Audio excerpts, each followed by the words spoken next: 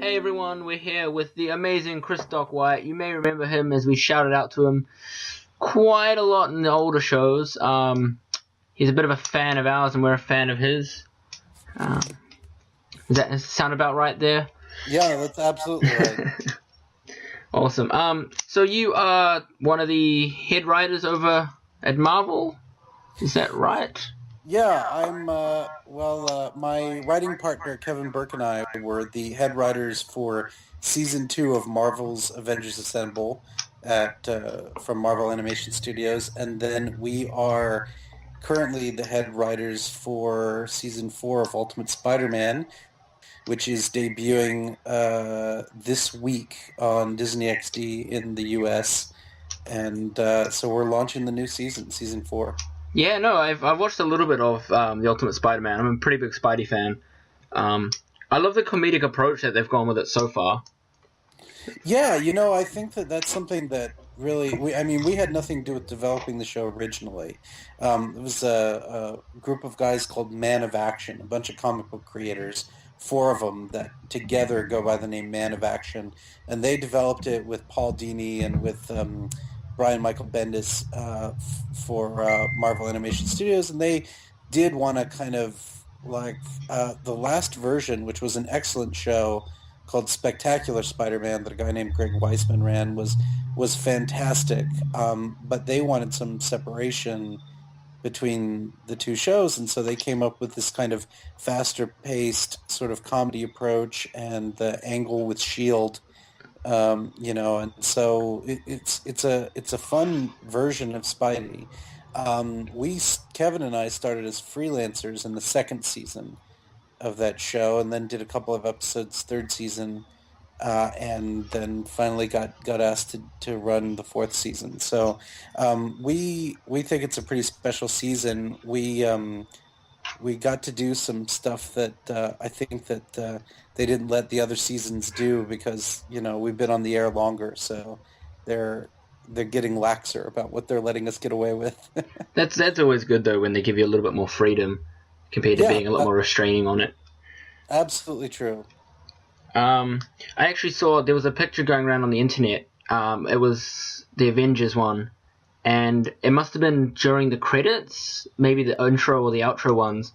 And one of the characters had a really funny line, and it made me laugh because your name was like on the credits at the time of the picture was taken. Oh, so really? I shared that around. I'll see if I can find it. It was quite amusing actually. Let's quickly have a look. So you've worked on quite a bit then to do with the Marvel sort of scene? Yeah, Kevin and I started as freelancers for an older show called Iron Man Armored Adventures, which was teenage Tony Stark. And this was before the Iron Man movie came out. This was before Disney bought Marvel. Oh, wow. And, there was sort of a teenage version of what if Tony Stark made the armor first when he was in high school. And it was a fun little show, and we worked on it. A guy named Chris Yost ran that show, and then he went on to write the second Thor movie. But that was when we started at Marvel, and then we were freelancing as writers for them when they got acquired by Disney, which is when things really sort of kicked up a notch. That's really cool. I just found the post. I'm guessing it's maybe at the start where Iron Man's saying, "We're Avengers, we got this," and then Hawkeye's screaming in the background. Oh, yeah. And it says written by Kevin Burke and Wyatt. I'm like, I'm saving that because it's awesome. It made me laugh when I saw that. So yeah, the new season of Spider-Man. What's sort of like the main plot of this so far? Like, where's the series going? Well, Season 3 ended with the Contest of Champions, which is the Collector comes from outer space, and the heroes of Earth have to kind of fight for the fate of Earth. And they actually thought that the series was... Most animated shows these days, the networks sort of want them to run 3 seasons because, that's just... Yeah, It's just sort of where animation is. I've you know what noticed I that mean? a lot of shows that I watch, well, they're kids shows, I guess, a lot of them, but they often do end at about third season, and it's kind of sad because often they don't end it; it just kind of cuts off. Yeah, I agree with you completely. I think because a lot of times the shows are directed toward kids because they're the ones buying a lot of the toys, Yeah, and the demographics tend to be like 3 years long. That is like, oh, this is a 9 to 12-year-old show, or this is a 12 to 15-year-old show, or whatever. And so if you've done 3 seasons, you've actually done 3 years, meaning everyone in your demographic has aged out by the time you're done with the third season. But they kind of thought that the third season was going to be the last of Ultimate Spider-Man, and Contest of Champions was built as this big, like, Earth-ending worlds coming together sort of conclusion, filled with guest stars and lots of stuff like that. yeah. And then they found out that no, that they wanted to do a fourth season after all, and so there was a little bit of a, well, what do we do? What do we do after Contest of Champions? What do we do to raise the stakes? And so the angle that we wound up going with was the fourth season is subtitled um, Ultimate Spider-Man versus the Sinister Six. And the Ooh, idea is that we can't get bigger than the entire world being up for grabs in Contest of Champions. So instead, we're doing more personal. It's Spider-Man versus Doc Ock in a very, very personal way. And Doc Ock is assembling a team of heroes, a team of villains. a team of that heroes. a team of yeah, a team of villains that have something personal against Spidey, and so the stakes become, the elevated because it matters a lot more. And so and that's part of, like, I can't give away spoilers, but Yeah. that's part of where we get to do some things that they didn't get to do in the first 3 seasons. Well, Some that's really cool. I've one of the Spider-Man games, I'm pretty sure, takes place where he fights the Sinister Six, or at least some of them. Mhm. Yeah, we try to nod to as much because Spider-Man, people love Spider-Man, but they love him. They come at him from different reasons. Some people know him from the comics. Some people know him from the games. Some people know him from the movies. And so at Ultimate Spider-Man, we try to, in a way, embrace all the different versions of Spider-Man, so that no matter where Spidey from, you'll recognize something in our show.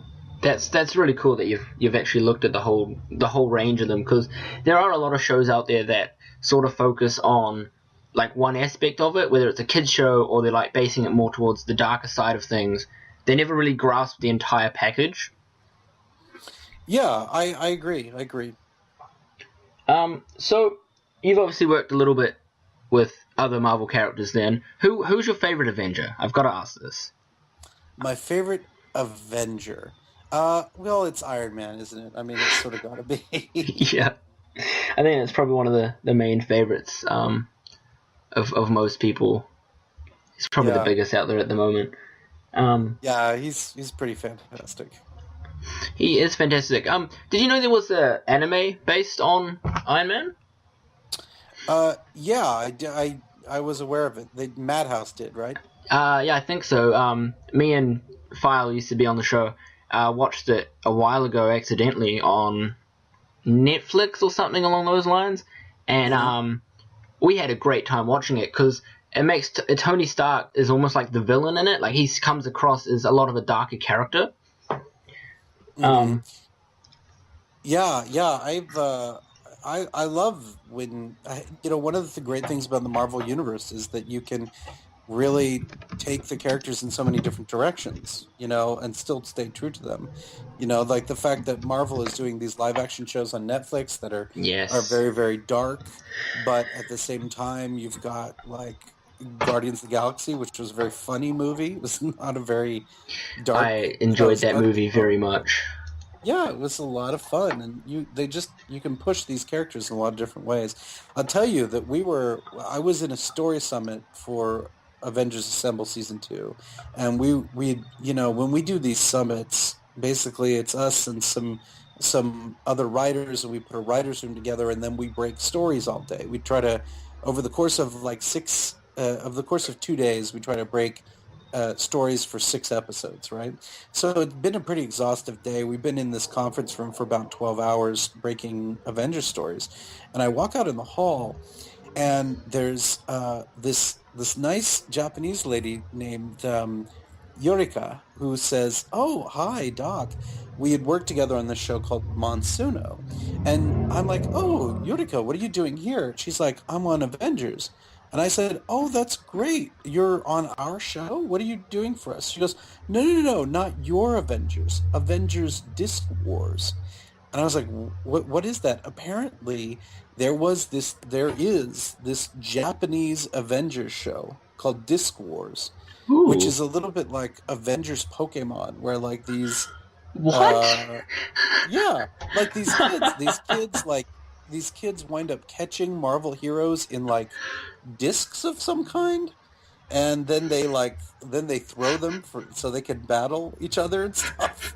That Like sounds she showed me amazing. the toys. Yeah, it was like it's just for the Japanese market. Yeah. Although they recorded an English language version for Singapore, I guess. But because I've seen her in the recording studio with some of our same actors, and yeah, like they had this whole other Avengers show that I had no idea existed. That's Um, really crazy concept as well. Like you would never think that. Like at any point in your career, have you ever gone, you know what would be good if we had an episode where they get captured in discs? if they got captured by children. Yes, I don't know, but I've seen the toys and they seem pretty cool. I want to try to get some. So you've worked on Monsuno as well, then? Yeah, we only did one episode of Oh, Monsuno okay. in the last season. But yeah, we did. That's the We did an little episode called Pet. capsule creature sort Yeah, of they're thing. the capsule monsters. Yeah. That's right. Um, so I'm just going to jump a little bit back. You worked on Napoleon Dynamite. Is that correct? Yeah, I produced Napoleon. It was my first film, my first work in entertainment. I love that film so much. Like it is amazing. Um, a friend of mine is like an extreme fan of that film, and she's like freaking out in the next room. Oh, really? Yeah, it's Well, tell pretty her good. thank you from me. I have to tell you that we're very proud of the movie. It did very well in the U.S., but it didn't do that great in a lot of countries outside the U.S. It did okay in Oceania. It did okay in the U.K., but it absolutely bombed almost everywhere else in the world. Like Germany, it got released in Germany. They hated the movie. It got released in parts of Asia and Africa, and they hated the movie. And in fact, like when the movie was coming out, we were in the Fox marketing people had us come out and to show us what the ads were going to look like and things like that. And they showed us the poster for the Japanese version of the movie, and it had Napoleon standing in front of this school bus.